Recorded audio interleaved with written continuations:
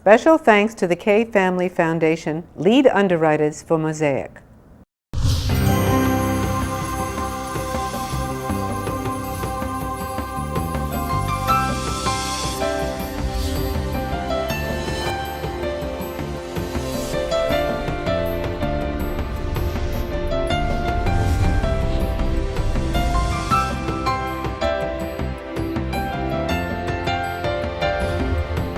Hello, my name is Barbara Kay, and on behalf of the Jewish Federation of Palm Beach County, I'd like to welcome you to our program, Mosaic. Our special focus on Mosaic today is an investment in the Jewish future. And our special guest in the first segment is the National President and Chief Executive Officer of Hillel, Wayne Firestone. We'll be back with our guest and our program right after this brief message. The Jewish Federation of Palm Beach County makes so much possible every day. Connecting more than 1,600 area middle and high school students to social, educational, and volunteer programs through the Jewish Teen Initiative. Working with area congregations to engage the community in Jewish life through the Synagogue Institute. But we need your help. Volunteer your time. Pledge your support. Make a difference. Thank you for helping us build community together. Thank you for your generous support.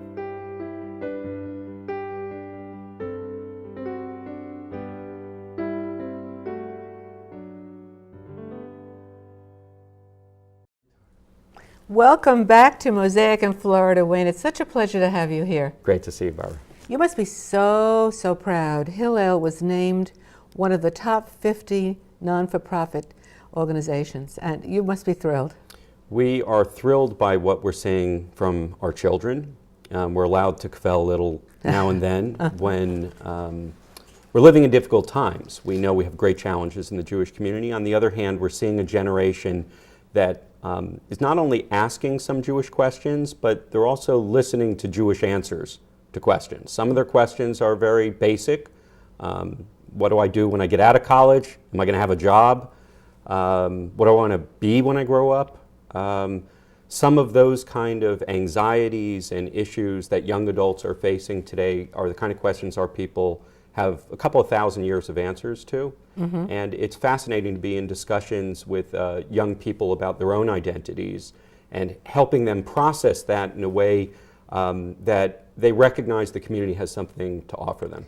You know, Hillel is supposed to be the answer to the Jewish future, but I think for the edification of our viewers, I think it would be a good idea if you explained what the mission of Hillel is. Well, first of all, we described a very broad vision to inspire every Jewish student to make an enduring commitment to Jewish life. What's interesting about that, Barbara, is that, as you're saying, the real proof of success will be the future. Do we inspire people? In order to do that, we have to connect with them in a meaningful and deep way on issues and in social circles that are relevant to them. When I think about this generation, I've come to understand that they're really about two things. One is adventure. We can capture their imaginations through adventure. Sometimes that's bringing them to Israel. Sometimes that's bringing them on a service project in Overtown, like the group I just met with just this past week on a project we're doing with City Year. So adventure is one piece, and meaning is a second piece. And often, when they are in a social circle of their own friends, going on one of these adventures, and they're not only physical journeys, but they are very much journeys for the students. When they do that with their friends and they process it with their friends, they're capable of growing. So wait a minute, let's just step back a little bit. Hillel's function on college campuses. Correct. Okay. You have approximately, I would say, I think 85% of the Jewish students are in schools for higher learning. So that would be about approximately 500,000 students. Correct. Okay. Hillel... In North America. In North America, precisely. Hillel has an enormous responsibility on these college campuses. They engage, I presume, the students in Jewish activities. How do you really work So one of the things that we've learned about this generation is we have to work with them, not just for them. We engage them in their social networks, such that if you have a group of students that are interested in fraternity and sorority life, a group of students that are interested in the business club on campus, a group of students that are more literary in their approach or like films, we essentially find connector students who are leaders in those different social networks. And I like to say the way to grow our community is to grow communities. If you can identify those connectors to each of the independent social networks, then you have the potential of building what we call micro-communities. And that helps to build a larger sense. First, they get to know people in groups of 10s and 20s, which is exactly how Moses told us we should build a community. 10s, hundreds, thousands. But Wayne, let me just physically get this straight in my mind. You have Hillel houses on the various campuses. On 115 campuses in North America, we have major facilities and staffs, primarily in places where we have 1,000 Jewish students or more. In addition, there are about another 60 Hillel facilities that are often co-sponsored by the university, where they give us space, for example, to operate on. But our reach is even beyond the places where we have physical facilities. All of that you can look on the website. We have lots of parents, lots of students now that are thinking about college, where they're going to go, and they have a lot of considerations. Some are, is there a place, a welcoming environment for Jewish students? But it's not only in the Hillel facility. We view the entire campus as a learning ground, a growing ground for Jewish students. We partner with all kinds of different student activities and student bodies on campus in order to bring Jewish life not only into the Hillel building, but to bring it as part of all the overall campus life.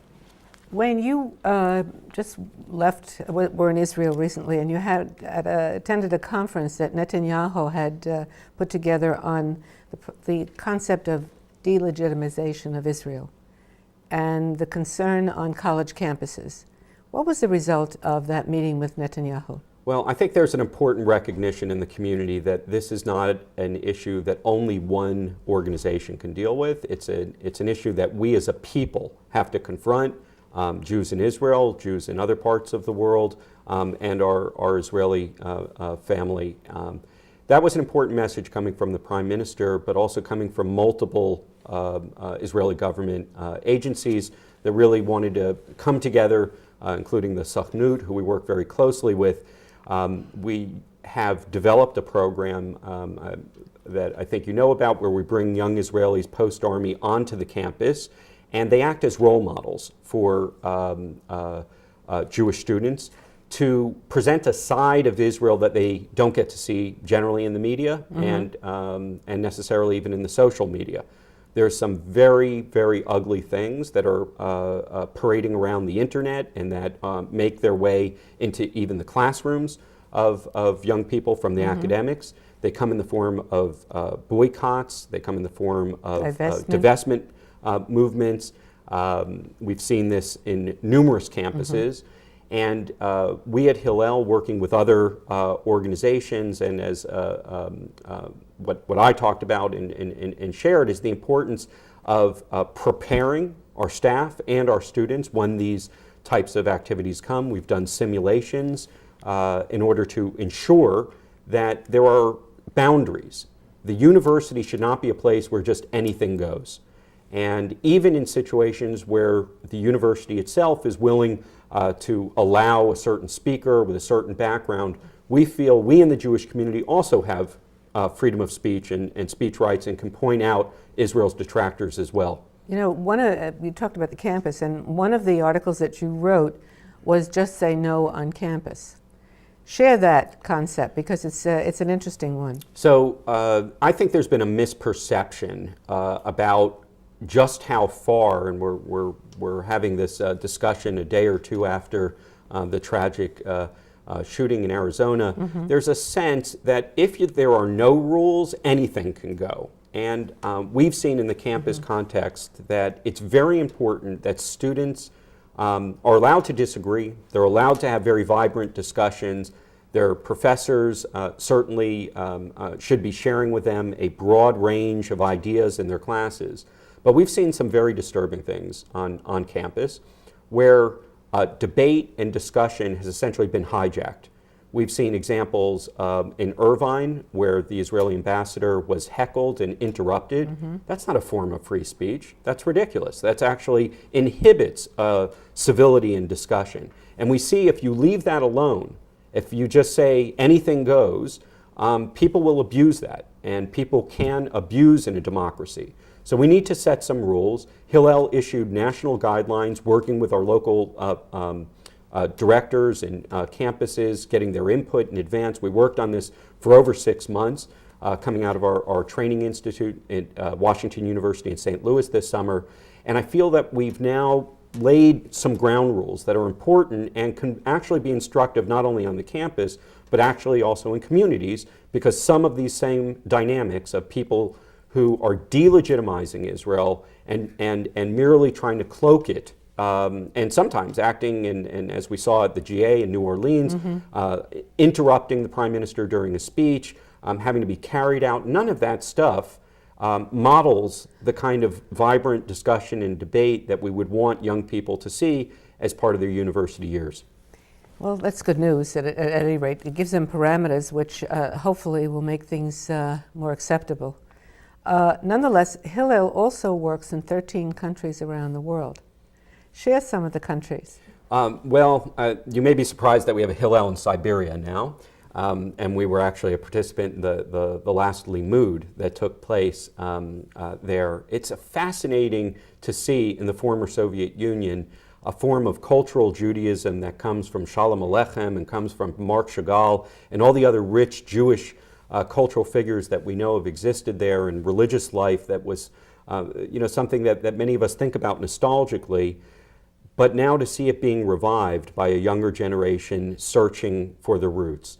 In Latin America, we see a fervency of ruach and spirit and Zionism that is very real and authentic and translatable. Actually has, here in South Florida, where we have a lot of Latin American Jews, we see a tremendous interest to network, particularly on alternate breaks in Argentina and in Montevideo.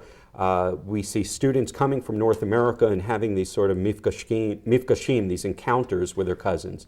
But I have to tell you, Barbara, perhaps the most inspiring thing that I saw on this last trip to Israel when I was there for the delegitimization conference was a national production by the Hillels, or 11 Hillels that operate in Israel, in Eretz Yisrael. You know something, you're doing such a great job. I think it would be a good thing for us to show. We have a video that you brought. It really shows Hillel in action. And when we come back, I also want our viewers to meet the people that are in charge, Carla Klein and Scott Brockman, who are in charge, literally, of Palm Beach County and Broward. Because we have to localize this too. We want them to know that there's an excitement and an opportunity taking place right here. Thank you so much. Keep up the good work, and let's watch what you've been doing.